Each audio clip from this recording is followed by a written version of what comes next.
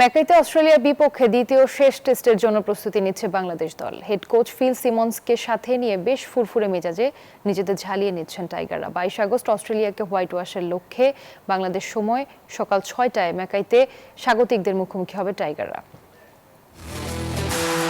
Batting coach আশরাফুলের সাথে ফুরফুরে মেজাজে টাইগারদের অনুশীলন দেখছেন দলের হেড কোচ ফিল সিমন্স। অপর পাশে নাজমুল শান্তকে পরামর্শ দিচ্ছেন প্রধান নির্বাচক হাবিবুল বাশার সুমন। ম্যাকাইয়ের গ্রেট ব্যারিয়ার রিফ এরিনার এই চিত্র যেন বলছে দল নিয়ে বেশ আত্মবিশ্বাসী তারা। অনুশীলনের মাঝে ফুটবল খেলতে দেখা যায় টাইগারদের। তাসকিন, নাজমুল শান্ত, সৌম্য সরকার দারুণ সময় কাটালেন সতীর্থদের সাথে।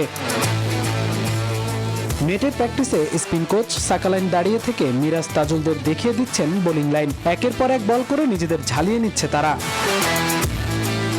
ব্যাটিং প্র্যাকটিসে দেখা গেল মুশফিকুর রহিম, মুমিনুল হক, নাজমুল শান্তকে। স্পিনার ও পেসারদের বোলিংয়ের মুখে নিজেদের ব্যাটিং পরীক্ষা করে নেন তারা। খেলোয়াড়দের অনুশীলন দেখে বেশ আশাবাদী প্রধান কোচ ফিল সিমন্স।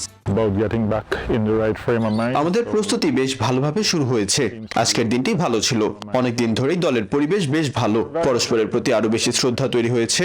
এ কারণেই বোধহয় প্রতিবার টেস্ট ক্রিকেট খেলার সময়ই আমাদের পারফরমেন্সে উন্নতি দেখা যাচ্ছে। 22 আগস্ট সকালে ম্যাকাইয়ে স্বাগতিকদের মুখোমুখি হবে টাইগাররা। প্রথম ম্যাচে জয়ের আত্মবিশ্বাস নিয়ে দ্বিতীয় টেস্টেও অজিদের হারিয়ে হোয়াইট ওয়াশের লক্ষ্য টাইগারদের।